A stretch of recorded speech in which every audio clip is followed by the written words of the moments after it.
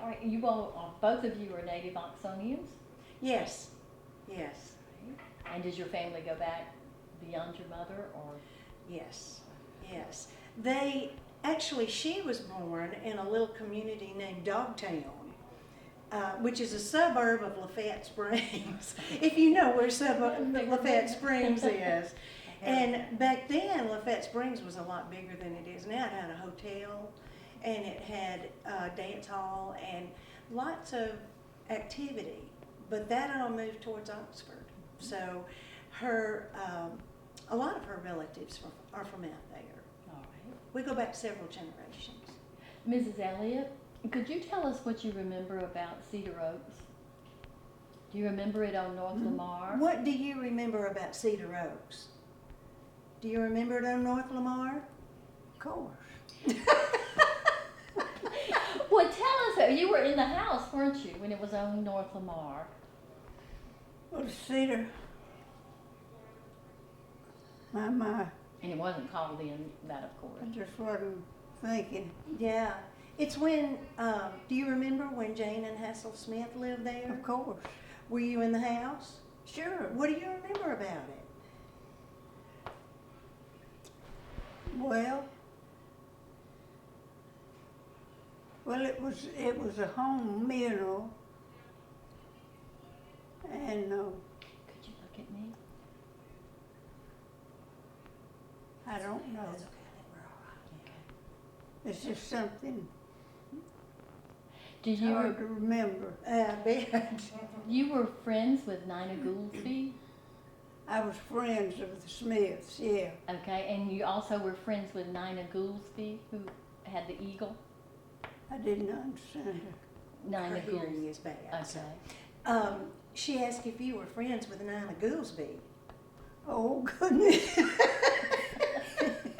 Yes. Tell us about Nina Goolsby. What was she like? Tell us about her as a person and a friend. Yeah, Nina Goolsby is somebody that you don't forget. Well, tell us something you remember about her. What was she like as a person? About Nina? Uh-huh. Oh, my goodness.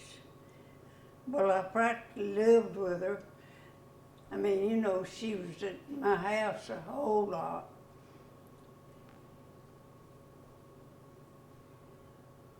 I wish I could, but I can't remember a lot. Okay, that's fine. It's okay. It's fine. That's fine. Did you know Mary Alice Tate also? Who? Mary Alice Tate. Did you know her? Mary Alice Smith? Mary Tate. Yeah. Did you know her? What was she Mary like? Alice Tate? Mm-hmm. She and Nina worked together to save Cedar Oaks. Do you remember anything about her? Mary Alice Tate. Do you remember Miss Tate? When Byron she Tate. tried to save Cedar Oaks, she and Nina worked and they had lots of articles I in sure the did. newspaper. Mm-hmm. Do you remember her? Yeah, oh goodness. Yeah. One other remember thing. Do you remember when they moved the house, when they cut it in half and moved it from North Lamar? Do I remember what? When they moved the house, when they cut it in half and Yeah. they moved the house. Do you remember that? Mm-hmm. What do you remember about it? Nothing. This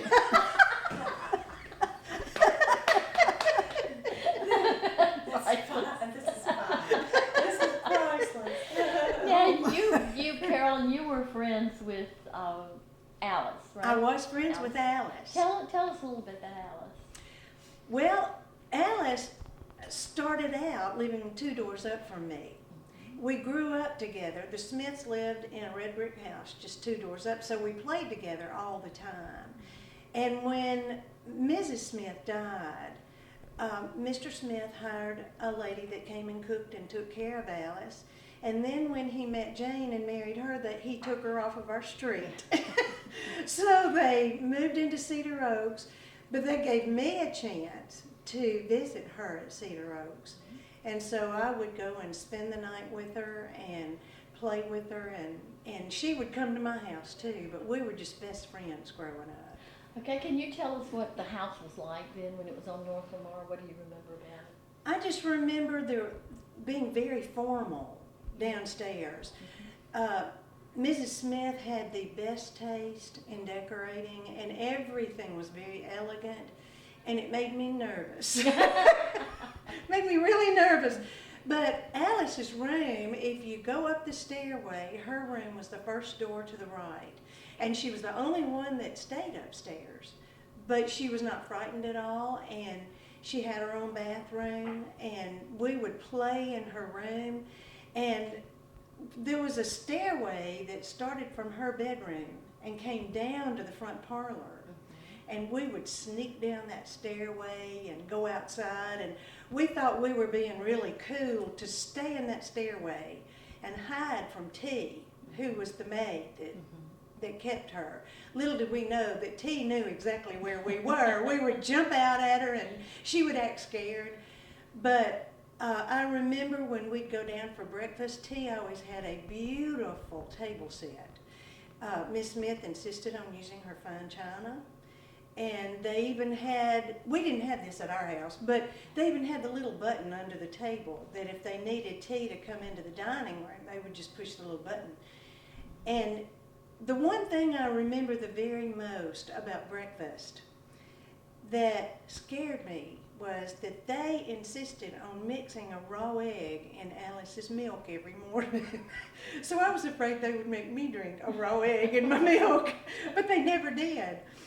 But she had, if you go up the steps to the left, it was supposed to be a big bedroom, but the Smiths used it for storage. Because when they combined both of their households, they had extra furniture. So they put it in there. We just knew that there were monsters living in there. So we would go through that room and dare the monsters to come out, and then we would jump at each other and scare each other. I can remember sliding down the banister, and that long banister, never realizing why T busted us, because we could have fallen off and probably killed ourselves. Never even realized how dangerous it was. But I just have lots and lots of good memories of being in that house. Now, which room did the Smiths use as their bedroom? They used the back bedroom on the right as their bedroom. That has the connecting bath. It has the connecting bath. What do you recall about the grounds when the house was still on North Lamar? What were the grounds like? He had a greenhouse just immediately to the right of the house. He owned Oxford Floral, and so he had a great greenhouse, and that was also a good playground I can imagine. where he grew a lot of his own plants.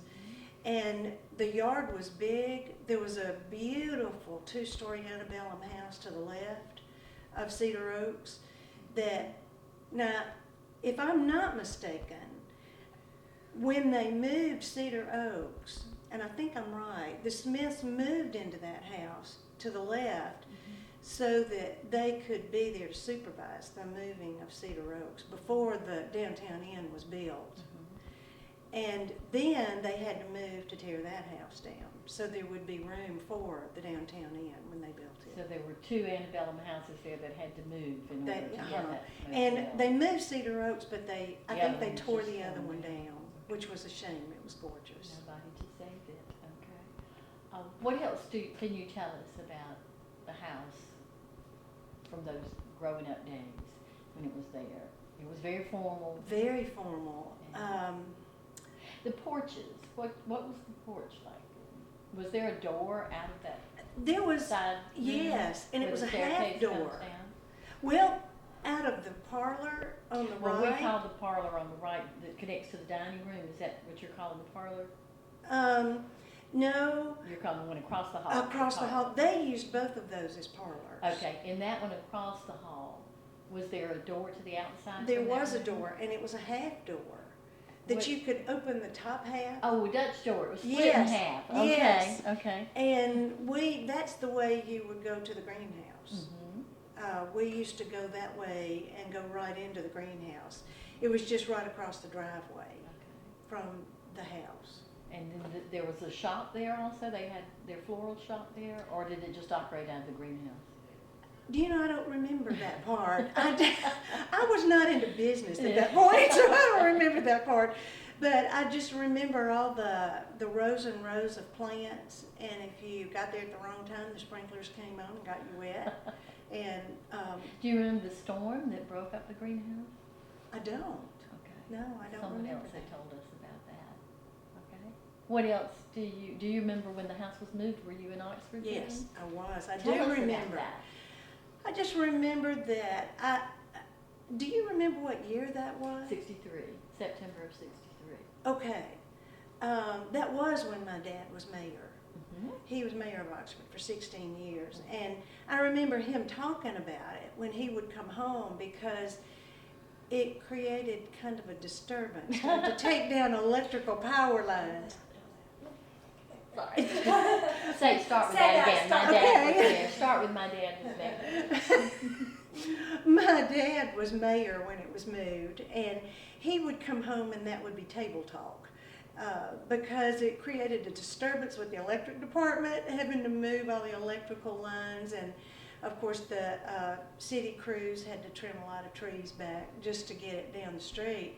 And it took a long time, it seemed like. I was in high school at that time. Did you actually see it being moved? I did. What was that like? Well, it was just unbelievable that they could move something of that magnitude. To me, I'd never even seen a house moved, even a small one. So that was pretty neat for me to see. What was it like on the street? Were there lots of people out watching? Lots of it? people. So Lots it of was kind people. of a festival atmosphere. It was, and it blocked a lot of traffic, so you had to watch where you went. Mm-hmm. And so it was. A lot of people, it was kind of a spectacle. We've been looking back for a moment. Did you see it out in the new location right after it was brought out there? I did. You went out to see them put it together? I did. Okay. I did. Tell us about that. They wouldn't let us go in it, of course, Mhm. but we went out just to see what they were doing. And then I just couldn't wait to go inside because my vision was that there would be trenches in the floors and trenches in the walls and that how are they going to cover all that up? But it was amazing what they did because the house looked just like it did to me. I didn't go in, of course, until they redecorated. They wouldn't really let us go in. But I did go in, and it was really neat to hear Alice talk about that, going back into that house and seeing it and bringing back memories. And I didn't go in with her, but just to hear from her later. She graduated from high school with us, so she has been back for reunions, and we talk about that, you know, and so. Tell us, can you recall some of her words or some of her descriptions or anything? Well, I know she was really, really excited that they That moved it. Yes, that she was just, she was really disturbed that they might tear it down. Because she grew up in that. She grew up in the house, and it held a lot of sentiment to her and a lot of value to her. And she supported Nana and Miss Tate all the way.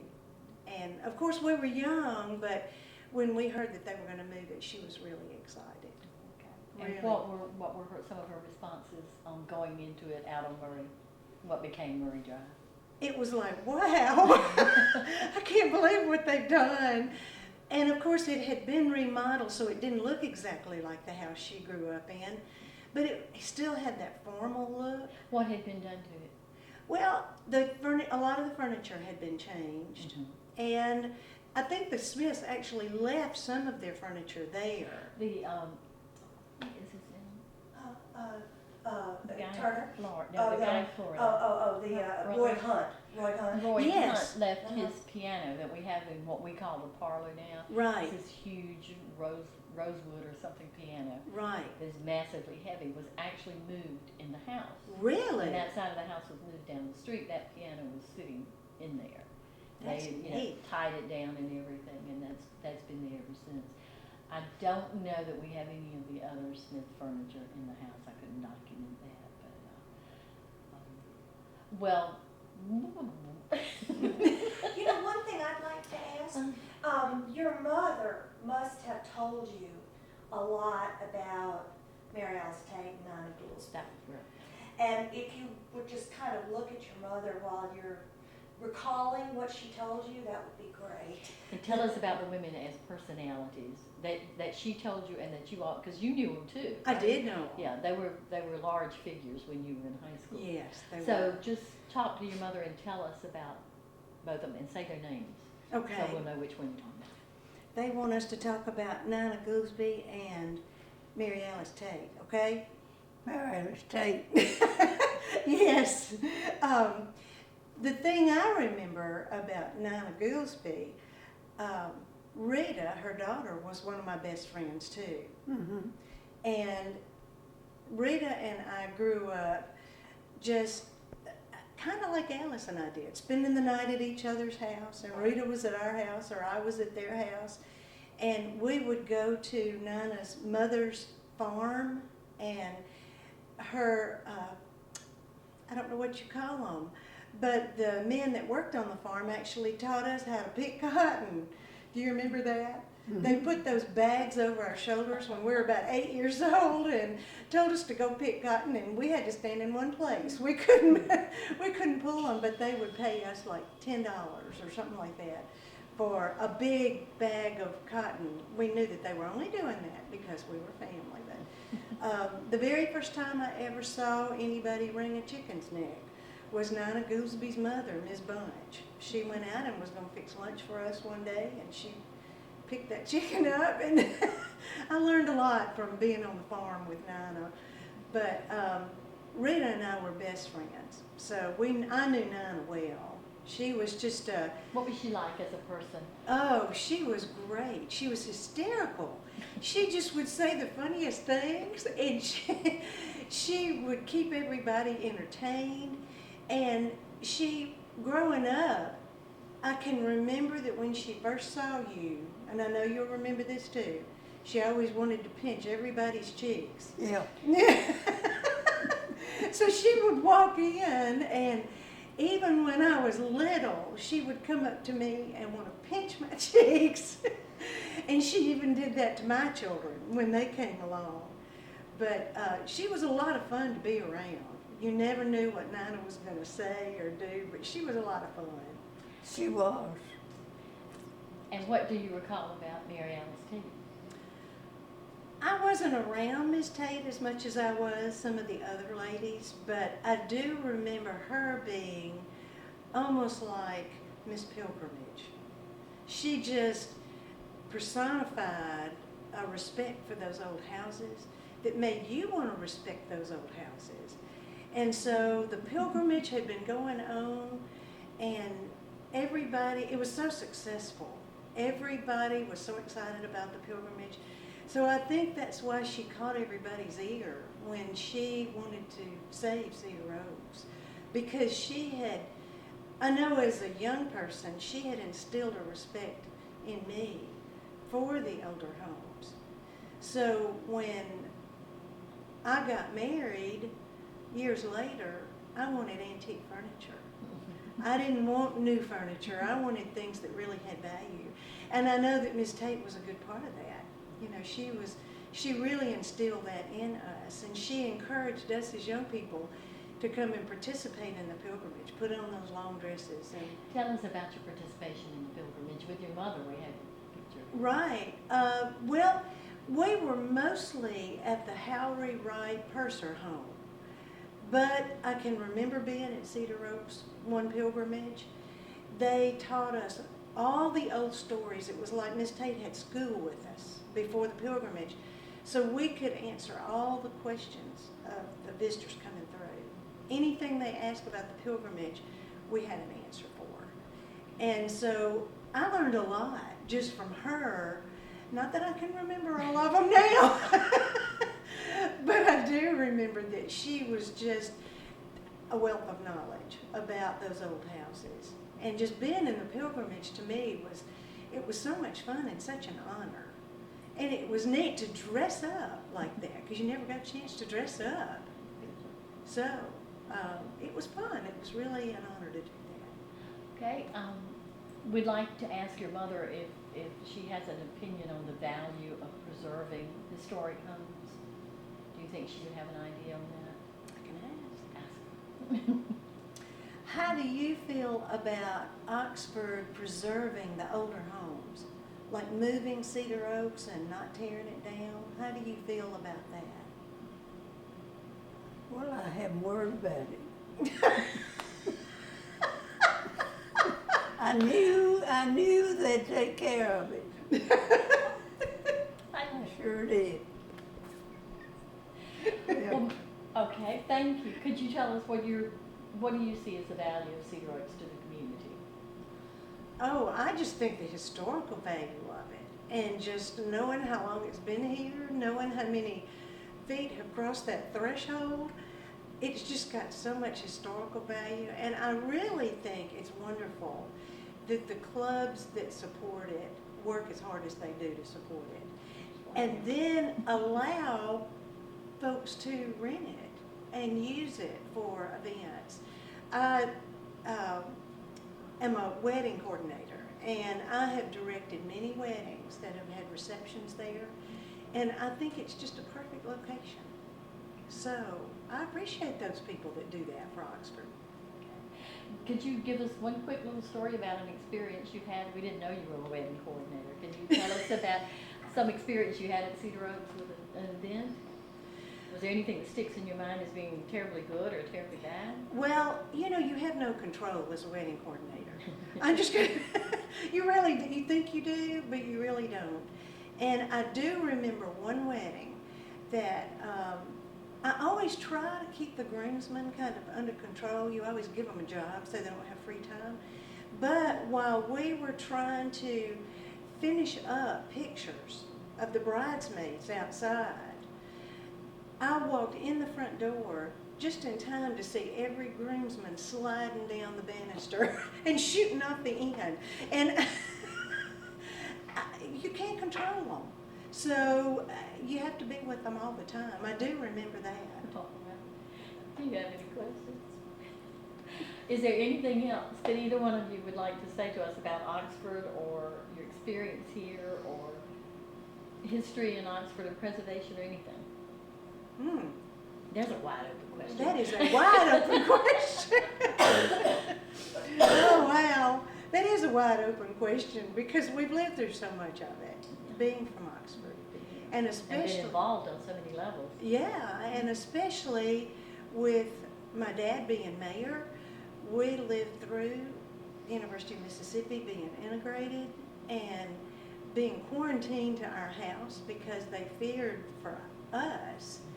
We lived through Faulkner dying. My dad owned the funeral home and was the one that buried him. We lived through the beer riots. I don't know if you've heard about those or not, but when they were trying to vote in beer, it was quite an ordeal. And I was in college, and I was in my room in the sorority house, and a friend came in. That's when we had 10:30 hours. She came in and she said, "Carolyn, I don't want to upset you, but there's about 1,000 boys on the way to your house." And they had torches and they had signs and they were protesting. And so they went to our house and they pulled up all the shrubs in the front yard. They did riot, and my dad was able to get them calmed down and get back up there so that they didn't actually burn anything, but there was a lot of renovation that needed to be done the next day. So we've lived through a lot of Oxford, you know, and a lot of the history, but I wouldn't take anything for it. It's been a wonderful place to grow up. Think we're good?